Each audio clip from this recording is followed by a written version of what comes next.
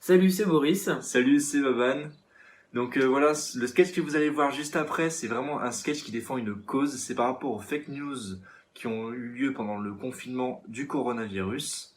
Voilà, et ça permet aussi de dénoncer toute l'exagération qu'il y a eu au niveau des médias et des réseaux sociaux, toutes les fake news qui ont été lancées et on savait pas trop où on en était. Voilà. Du coup, c'est pour ça qu'on le fait sur le journalisme, parce que ça a été vraiment une grosse source de fake news. Les gens ne savaient plus trop à quoi croire.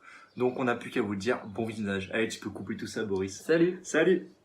Bonjour, je suis Jean-Charles Boursellier du Journal des Intox. Aujourd'hui, nous accueillons un invité assez spécial, Adrien Rodier.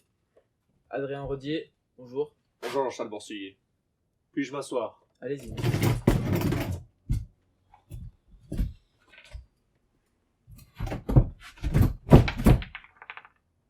Eh bien bonjour, je suis Adrien Rodier. Chers téléspectateurs, aujourd'hui nous nous retrouvons pour le journal des intox.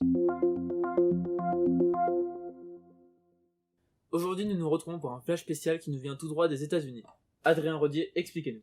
Et oui, en effet, mon cher Jean-Charles Boursier, le président américain Donald Trump a annoncé hier sur Twitter que l'éthanol, vous avez bien entendu, l'éthanol serait la solution contre le coronavirus. J'ai fait le test pour vous hier et je vous propose de voir ces images maintenant. Eh bien, on se retrouve, c'est Adrien Rodier. Je suis au laboratoire et là, maintenant, tout de suite, je vais tester devant vos yeux de l'éthanol et de m'injecter de l'éthanol dans l'organisme. Donc voilà, pour me protéger comme il faut de l'air extérieur, j'ai ce qu'il faut. Et du coup, je vais te faire le test. Alors, pousser et sécurité au fond. Vous pouvez me l'ouvrir s'il vous plaît?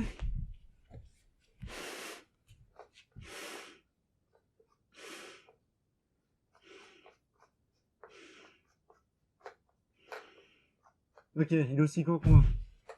Merci, stagiaire.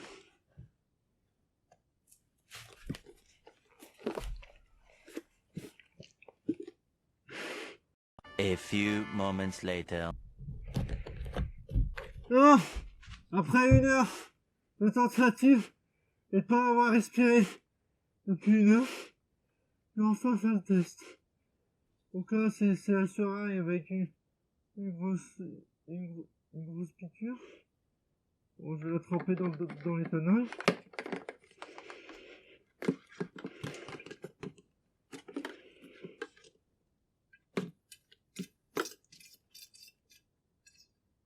Ok, je la récupère. Là, je vais m'injecter ça tout de suite dans le sang.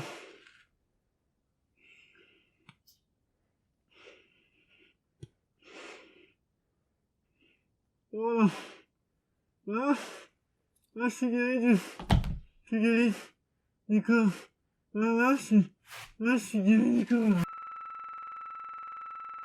C'est quand même incroyable la débilité de ce traitement. Comment est-ce que l'éthanol pourrait soigner le Covid-19? C'est incompréhensible. Par contre, j'ai quand même vu sur Instagram que apparemment la cocaïne pourrait le soigner.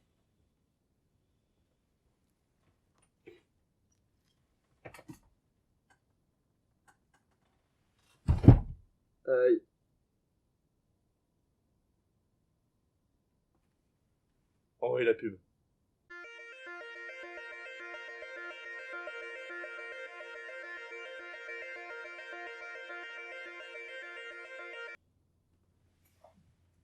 Excusez-moi pour ce petit instant technique.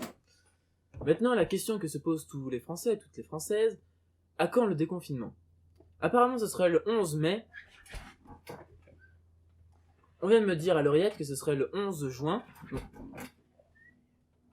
Cela a changé, ce serait plutôt le 11 juillet. Donc on me dit que ce serait bien le 11 mai 2022. Donc 2022 2023. Le déconfinement ce sera en 2024. Mais quand est-ce qu'on sort de chez nous?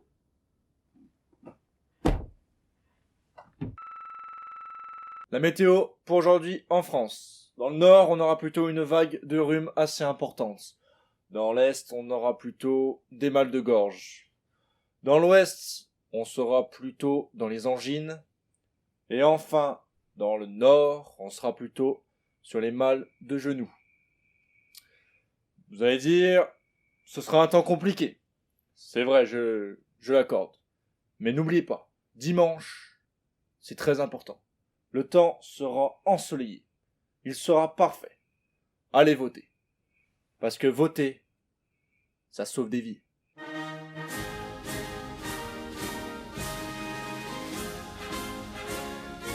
Car je vous le rappelle, voter permet de protéger des personnes vulnérables. Je pense naturellement aux vieux milliardaires, qui sont des personnes vulnérables aux yeux de la société. Aujourd'hui pour vous, la question du jour. Mais comment les autres pays réagissent-ils au coronavirus? Eh bien, certains pays se plaignent. Je pense à l'Afrique, qui se plaint même pas du coronavirus, mais d'un autre virus, qu'ils appellent la faim. F-A-I-P.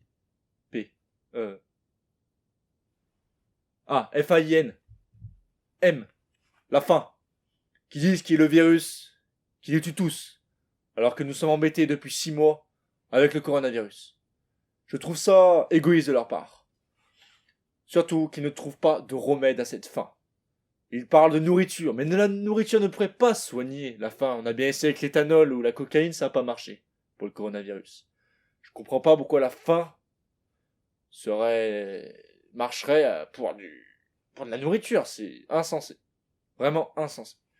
Je trouve ça un comportement égoïste, pour moi, français, qui vote pour un président, qui vote pour son maire, un bon citoyen. Voter, c'est bien. Après la météo, voici l'info du jour. Et oui, pour l'info du jour, aujourd'hui, nous allons parler de gouvernement. En effet, le gouvernement français a annoncé hier sur Facebook que des restrictions économiques vont être posées dans les hôpitaux. Quand je parle de restrictions économiques, je pense bien sûr au courant électrique. Le courant électrique sera coupé de 22h à 6h du matin. Ensuite, les médicaments ne seront plus commandés ou livrés. Ils seront créés dans les hôpitaux.